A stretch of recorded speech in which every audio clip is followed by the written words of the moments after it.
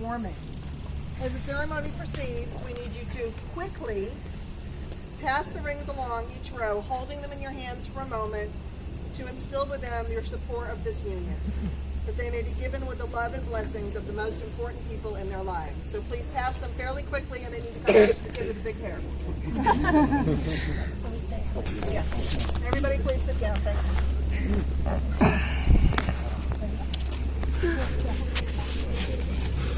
That is my first love story. I started looking for you, not knowing how blind that was. Lovers don't finally meet somewhere, but in each other all along.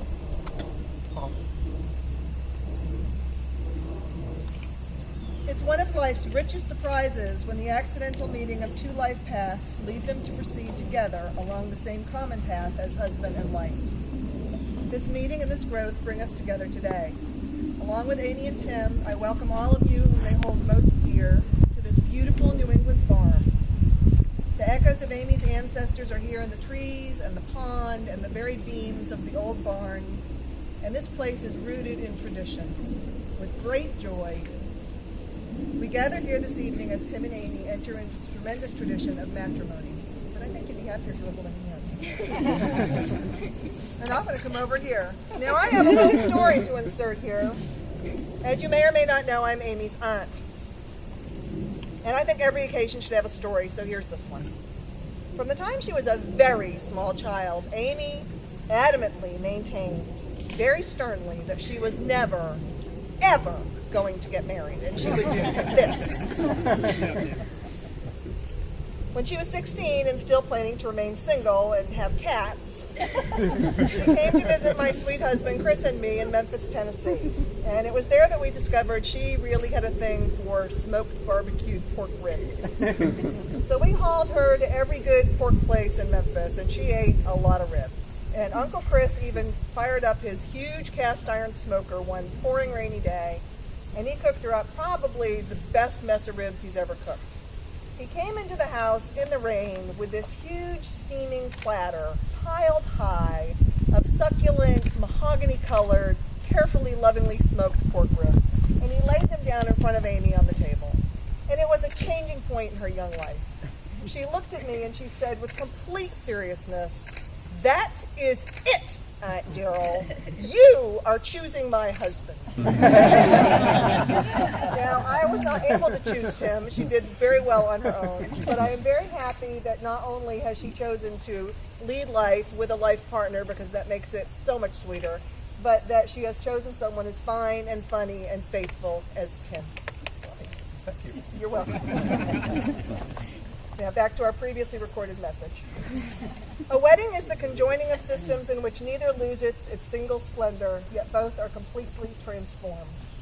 As, for example, the dusk is the wedding of day and night, and is neither, and is both, and is in itself the most beautiful time. A good marriage will carry you through the rest of your days and make your time together on this spinning planet more beautiful. I have a prop. Most people get married believing that marriage is a beautiful box, and it's filled with all of the things that they have longed for. It's filled with companionship, intimacy, friendship, etc. But the truth is that marriage at the start is an empty box. You have to put things into your marriage. There is no love in marriage, love is in people, and people put the love in marriage. There's no romance in marriage. You need to learn to put the romance in your marriage. A couple must learn the art and form the habit of giving, loving, serving, praising, and keeping the box full. If you take out more than you put in, the box will be empty. I hope for you a very full box. Aimee and Tim, you've known each other from the first glance of acquaintance to this point of commitment. At some point, you decided to marry. From that moment of yes to this moment of yes, indeed, you've been making commitments in an informal way.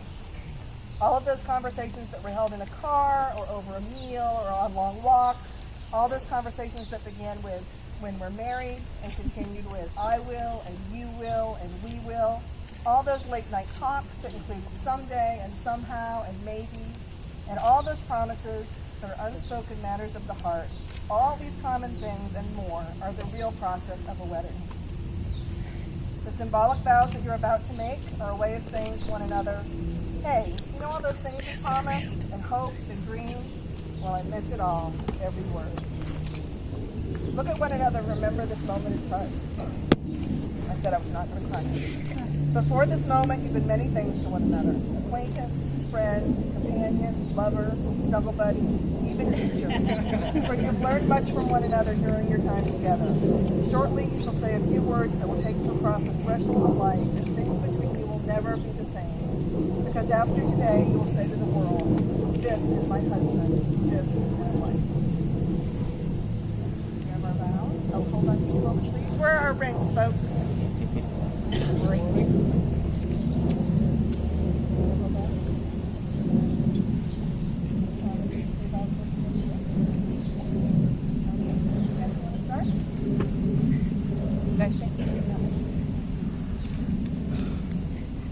I, Tim, choose you, Aimee, to be my lawfully wedded wife, my friend and love. As I have given you my hand to hold, I give you my heart to keep. In laughter and tears, in conflict and tranquility, beside me and apart me, for all my days.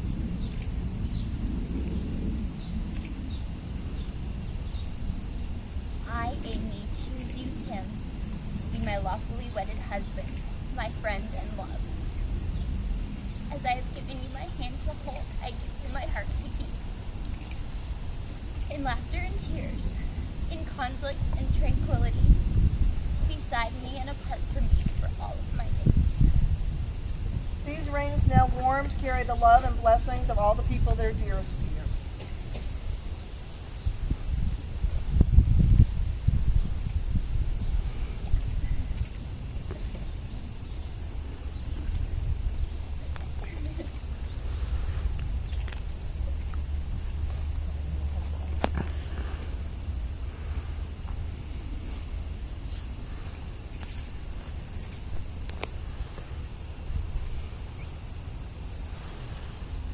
Tim and Aimee, you have sought and accepted each other joyously.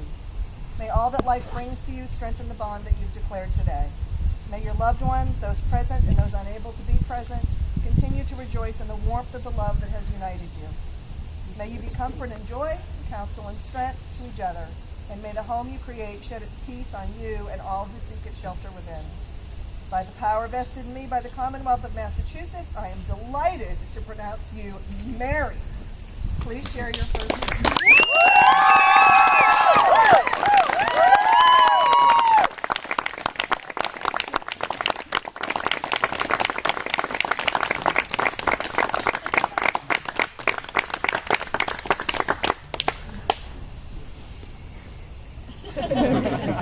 All